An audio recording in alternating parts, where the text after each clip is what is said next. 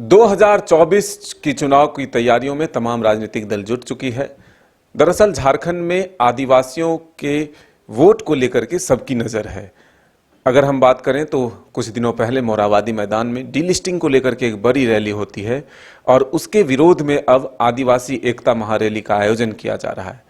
लेकिन फिर इसके बाद बीजेपी ने भी एक रैली की घोषणा की है जिसमें कि आदिवासी जनजाति महासम्मेलन राष्ट्रीय आयोजन करने के लिए एक डेट तय किया गया है जिसमें प्रधानमंत्री भी शामिल हो सकते हैं। लेकिन इसमें एक बड़ा आरोप लग रहा है कांग्रेस के नेता बंधु तिर्की के द्वारा कि आदिवासियों को जो भोले भाले हैं उन्हें बहलाने और फुसलाने का, उन्हें बहकाने की कोशिश जो है बीजेपी और आरएसएस कर रहे हैं, उन्हें नागपुर भेज देंगे। ये बातें बंधु तिर्की ने कही है। जवाहर मदन जी, प्रतुल जी क्या कहेंगे? क्या लग रहा है कि डीलिस्टिंग सही है या फिर जो आदिवासी एकता रैली की जा रही है और उसमें ये कहा जा रहा है कि क्रिश्चियन यानी कि ईसाइयों को टारगेट किया जा रहा है, भोले भाले आदिवासियों को बहकाया जा रहा है? देखिए, डीलिस्टिंग रैली की गई थी जिसमें सभी वक्ताओं ने 100 रुपये मांग किया, जिसमें पूर्व लोकसभा के उपाध्यक्ष करिया मुंडा भी थे कि भाई जिन्होंने धर्म बदल लिया उनको आरक्षण की सुविधा से वंचित करना चाहिए। आपसे एक प्रश्न करूंगा मैं, बंधु तिर्की जी किस पार्टी में है? कांग्रेस में। कांग्रेस में आए हुए जुम्मा 4 दिन हुआ है, काफी घाट का पानी पीने के बाद आए। आपको याद है कार्तिक उरांव जी के बारे में? वो किस पार्टी में थे? वो भी कांग्रेस के पार्टी में थे और वो कांग्रेस के कद्दावर नेता थे साहब। वो केंद्रीय मंत्री थे, कई बार के सांसद थे। उनके नाम का कांग्रेस आज भी उनके विचारों का अनुसरण करती है। तो अब कांग्रेस में एक सजा याफ्ता मुजरिम की विचारधारा चलेगी या एक जो उनके आराध्य हैं कार्तिक उरांव, बाबा कार्तिक उरांव, उनकी विचारधारा चलेगी? बाबा कार्तिक उरांव कांग्रेस के बहुत बड़े नेता थे। उस कद का नेता मौजूदा युग में कोई पैदा नहीं हुआ है कांग्रेस में।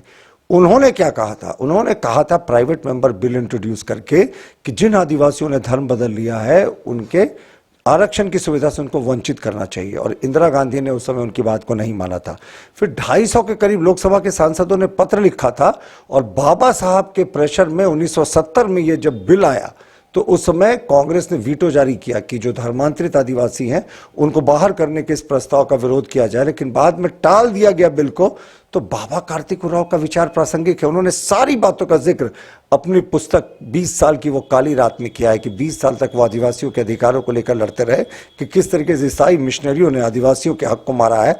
तो क्या उनके विचार बड़े हैं कि एक जो जुम्मा 4 दिन से आया हुआ है, जो एक भ्रष्टाचार के मुकदमे में जिसको सजा हो गई है, उस व्यक्ति के विचार बड़े हैं? अब तो कांग्रेस को निर्णय लेना है, ये हमें इस पे कुछ नहीं कहना। लेकिन वो ये कह रहे हैं कि डीलिस्टिंग की बात करने वाले नेता जो हैं वो शिक्षा की बात नहीं कर। बाबा कार्तिक उरांव पे तो पहले प्रश्न करें, पहले कांग्रेस कहते क्या मैं बाबा कार्तिक उरांव से कोई मतलब नहीं है?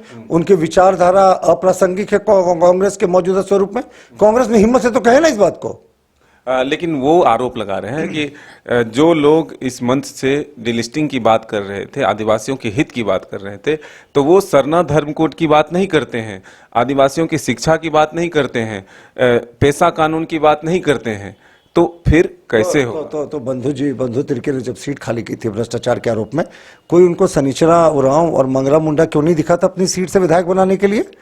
क्यों एक अपनी पुत्री को ही उन्होंने ये उत्तराधिकार सौंप दिया? तो वंशवादी पार्टियों की बात करते हैं, आम आदिवासियों की बात करते हैं, लेकिन जब खुद पे आता है तो ये ठीक उसका उल्टा करते हैं। और हमारा मानना है मदन जी कि ये बेहद आपत्तिजनक बात है कि बाबा कार्तिक उरांव के विचारों का ये लोग उसके प्रतिकूल चल रहे हैं। उसके अनुकूल चलना चाहिए था कांग्रेस को। और ये जितनी तमाम बातें कर रहे हैं ना, इनको अगर हिम्मत है तो ये देखिए, दरअसल क्या है ना, कांग्रेस पार्टी पोप और वेटिकन के इशारे पे चलने वाली है। अब आर्च बिशप ने क्या कहा था आपको याद है जिस समय इनकी सरकार बनी थी कि ये हमारे लिए क्रिसमस गिफ्ट है? तो जो क्रिसमस गिफ्ट की सरकार हो तो वो तो जाहिर तौर पर इनको पता है कि इनकी उल्टी गिनती शुरू हो गई है, सुपड़ा साफ होने वाला अगले चुनाव में। इसीलिए इस तरह की बौखलाहट दिख रही है। जितना आदिवासियों का भाजपा ने किया इतना कभी किसी ने नहीं किया। हमने जनजाति गौरव दिवस मनाने का कार्य किया बिरसा मुंडा जी की जयंती पर। भगवान है, पहली बार प्रधानमंत्री भगवान बिरसा मुंडा की जन्मस्थली पे गया। आज तक कोई प्रधानमंत्री नहीं गया था 75 वर्षों में। पहली बार 8वीं अनुसूची में संथाली भाषा हमारे समय शामिल हुई।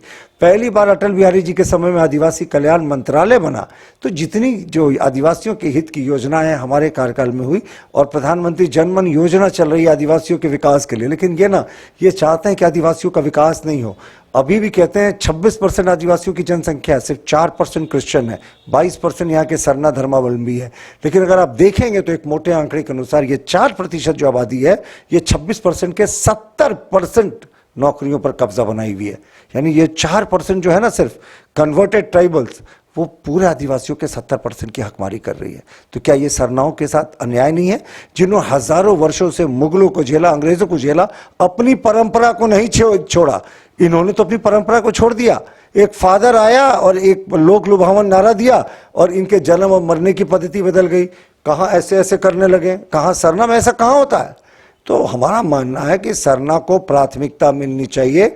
जिन्होंने धर्म बदला, सरना ही नहीं, जो भी संथाली हैं, अलग अलग आदिवासी समुदाय के लोग हैं, उनको सबको प्राथमिकता मिलनी चाहिए। जो जिन्होंने धर्म बदल लिया है उनको इससे बाहर करना चाहिए। तो बिल्कुल डिलिस्टिंग को लेकर के एक तरह से कहें तो चुनाव से पहले जंग जरूर छिड़ी है। अब देखना होगा आदिवासी समाज किसके साथ है। एक तरफ डिलिस्टिंग की मांग की जा रही है, दूसरी तरफ आदिवासी एकता महारैली की जा रही है। ये तो आने वाला वक्त बताएगा कि लोग किसके साथ हैं। फिलहाल हमें दीजिए इजाजत। हमारे साथ राजबल्लभ और मैं मदन सिंह, न्यूज बायोस्कोप रांची।